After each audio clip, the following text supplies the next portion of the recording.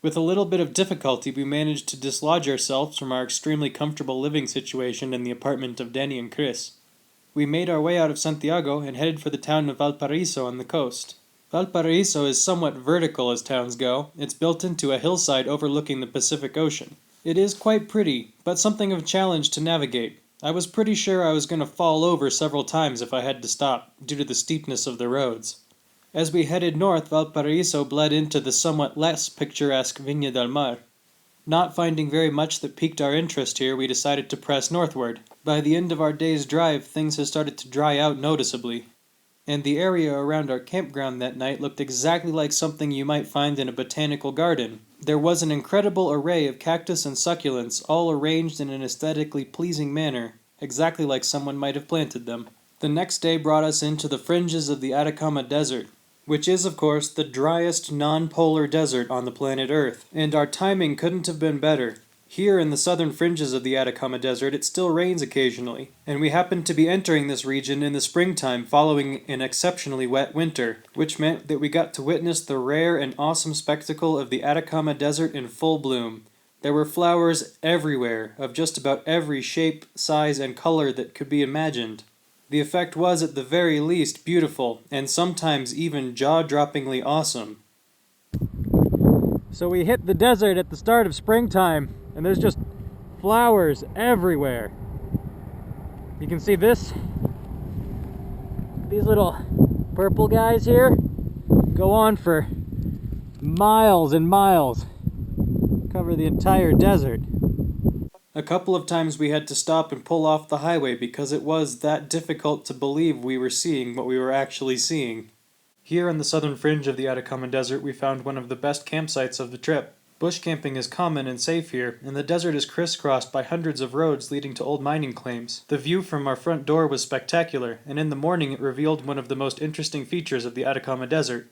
In much of the Atacama, the time between rainstorms can be measured in hundreds or thousands of years. But in the parts nearest to the coast, life takes advantage of another form of precipitation. Overnight, a thick blanket of marine fog rolls in from the cold Pacific Ocean, and the resulting dew that condenses out of this cloud provides enough water for a wide variety of life to flourish. Many of the plants here have evolved features that allow them to more effectively condense this water directly out of the air, like these cacti with super long spines, which provide a larger surface area onto which the fog can condense and then drip onto the soil below. Humans have also learned to take advantage of this effect, and some inhabitants of this region hang up walls of shade cloth nets, from which the condensed fog drips and can be collected for drinking or irrigation.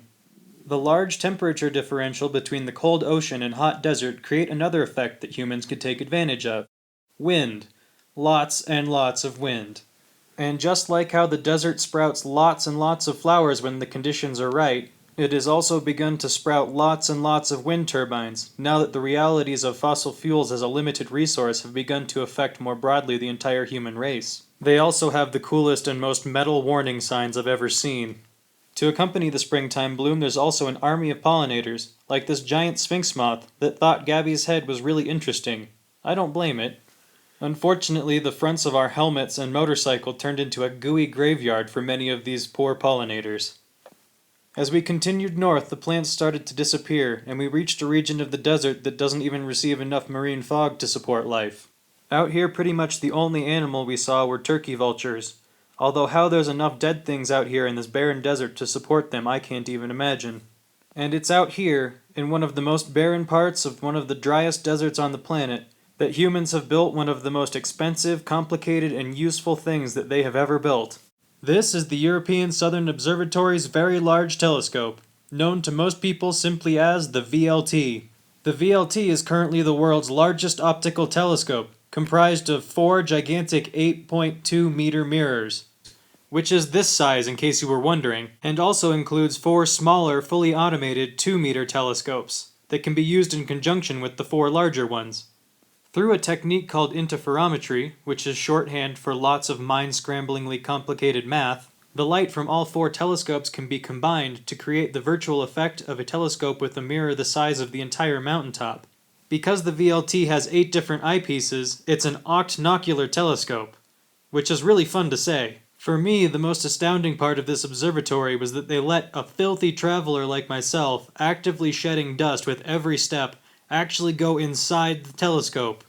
The process of cleaning one of these mirrors is extremely difficult, time-consuming, and expensive. So I'd like to take this opportunity to apologize to the European Southern Observatory for the millions of dust particles that surely drifted from my body onto that mirror. I'm afraid to touch anything in here because everything in this building is worth more than I could ever possibly hope to pay for if I broke it.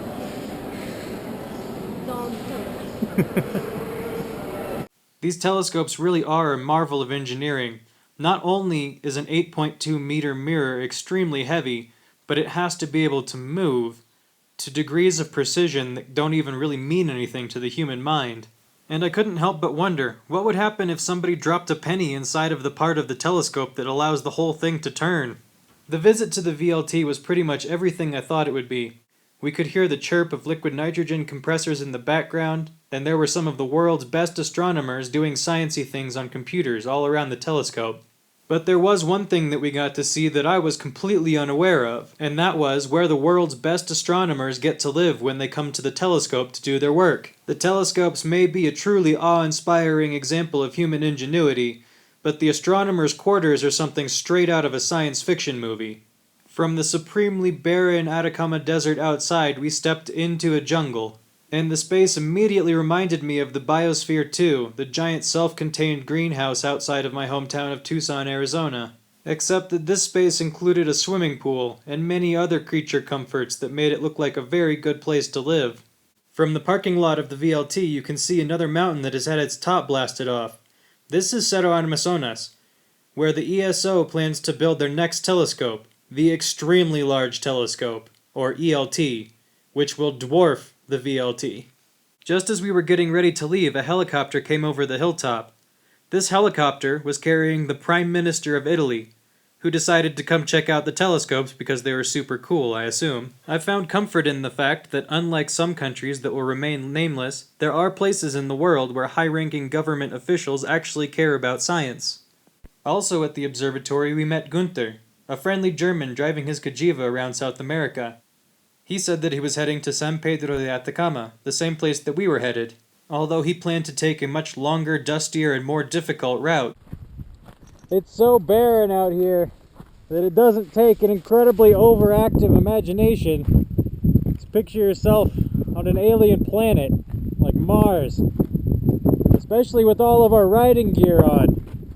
Feel like astronauts. Any signs of life, Gabby?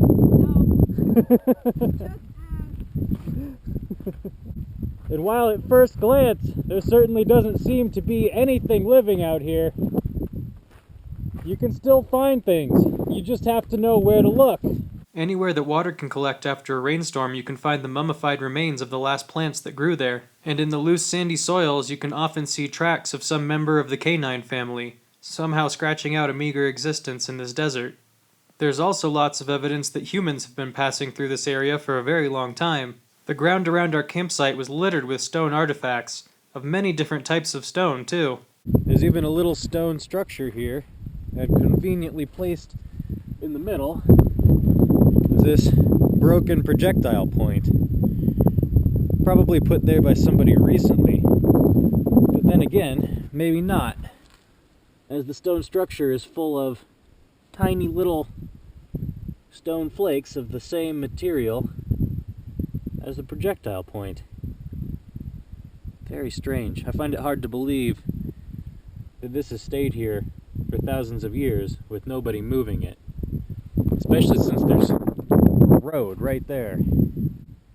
And during my search for the perfect bathroom spot, I discovered a large cache of material that someone had stashed behind a rock. These stones were of a completely different type than those surrounding them, and almost all of them showed signs of being worked by humans.